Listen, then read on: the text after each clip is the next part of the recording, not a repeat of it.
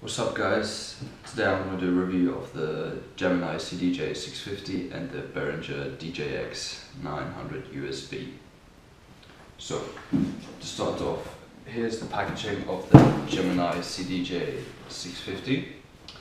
So it looks, well yeah, it seems quite big.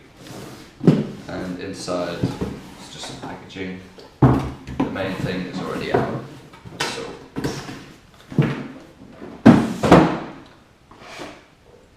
that's what you get. So this is the CDJ 650.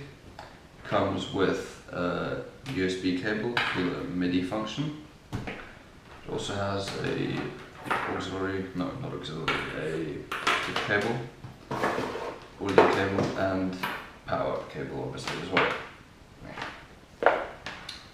So the front actually looks quite good. We have the big jog wheel, cue, play, pitch, master tempo, the range, pitch control. Then we have the CD function, because you can actually put CDs in there. The USB function to use a USB device or just a memory stick, put it in here. There you go. So that's how it could work.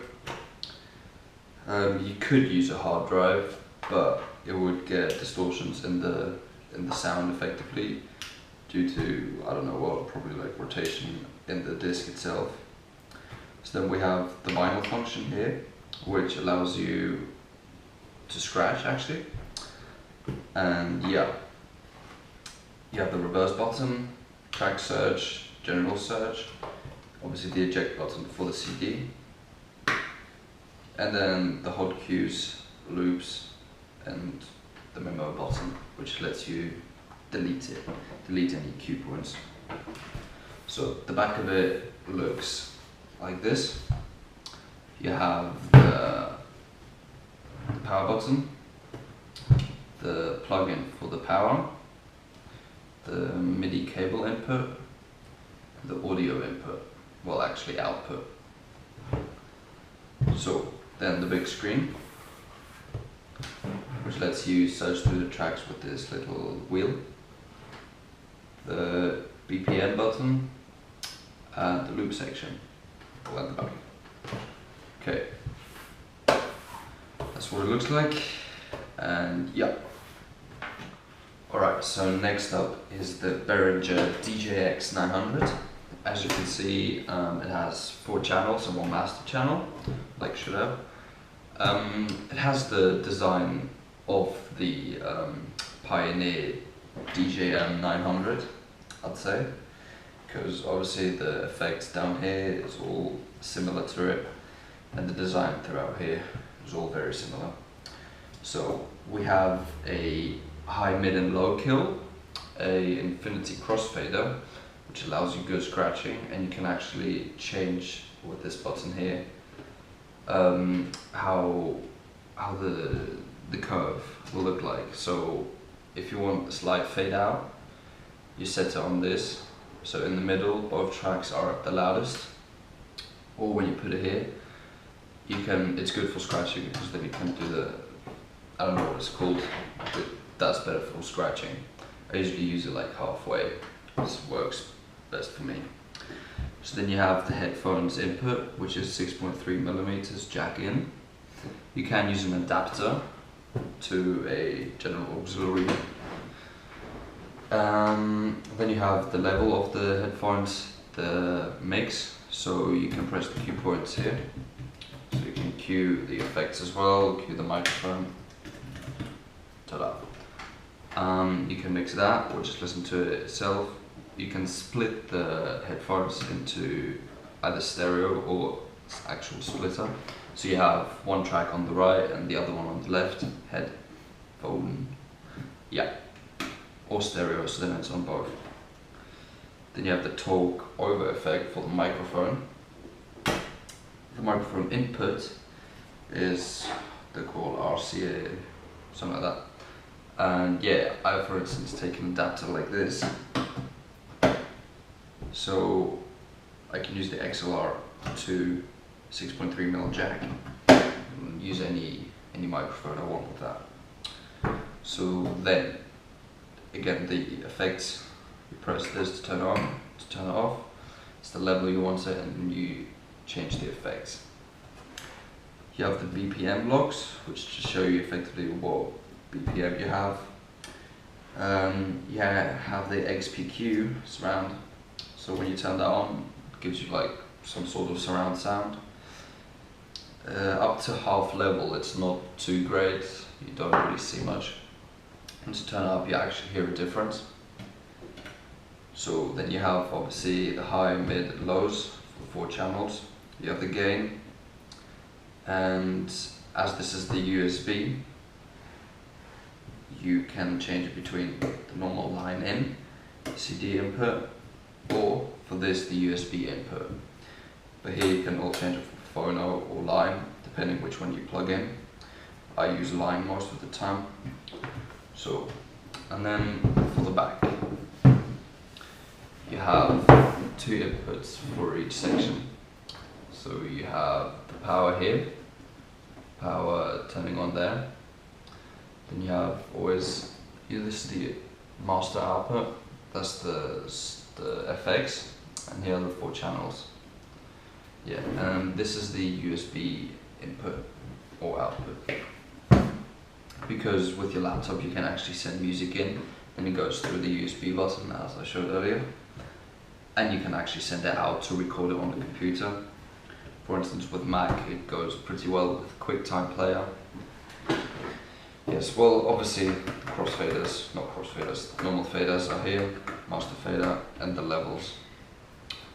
So yeah, this is the DJX 900 USB. So here we have my general DJ setup. So what I would do, I would obviously use the XPQ on, put it like 3/4 up. So, and then you can obviously decide whether you want to use USB or CD or MIDI. I personally don't use MIDI that often, can do, obviously it requires the laptop as well. So it depends, personal preference. It gives you more options on the screen itself, but that's preference. So I would either use 2 USBs, so 1 per device, or different CDs, or you can use CD and USB for each. So I would use my USB for instance for this one, press USB, and search through some of my music.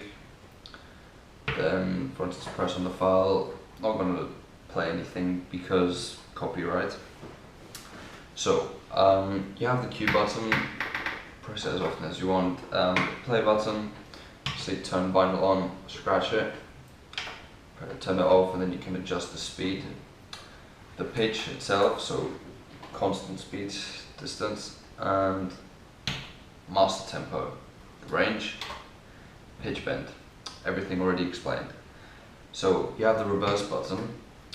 Only problem with that is if you actually can use it properly, it'll reverse the entire time, but it doesn't have the function like some of the devices where it just pretends to reverse. Once you let go of it, it goes back to normal. Doesn't do it here, so it actually goes backwards, which is rather annoying. So you have the crossfader, etc., all on USB, CD, whatever. This on CD, this on CD, this on line, sorry, this on USB. So yeah, here I can plug in the CD, put in the CD. So I put in the CD, takes a little bit of reading time. Again, I can wait for it to load. So it's a little bit noisier because it has the CD drive. So I have the tracks, press on 1. Again, I can use the vinyl, master tempo, all the hot cues, reverse. Everything works just like with the USB. So obviously you can turn up the gain. Usually you would turn it up just about where it touches 0. It's usually the best. You can put up the master, but again up to like 0 or something. because beyond that wouldn't be nice at all. The bass wouldn't work too well. So like this it would actually be okay. Now again, if the vinyl is on, you can just use the outer side. If it's off, you can use the entire surface. If it's on, you can scratch.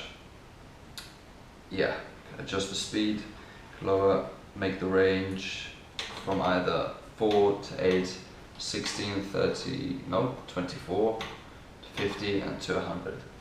You go down, it stops fully, and yeah, so I usually use it on 8 because that gives you easier change, so it is more precise. Yeah, that's pretty good. So one problem with this setup is once you press the effects on and you use it, it might come up that you accidentally press the pause button with your, I don't know how. But in order for that not to happen, what I do is I actually push everything up so it aligns over here. And also, when I use all the section here, it's almost impossible, so not likely at all that I will press the pause button.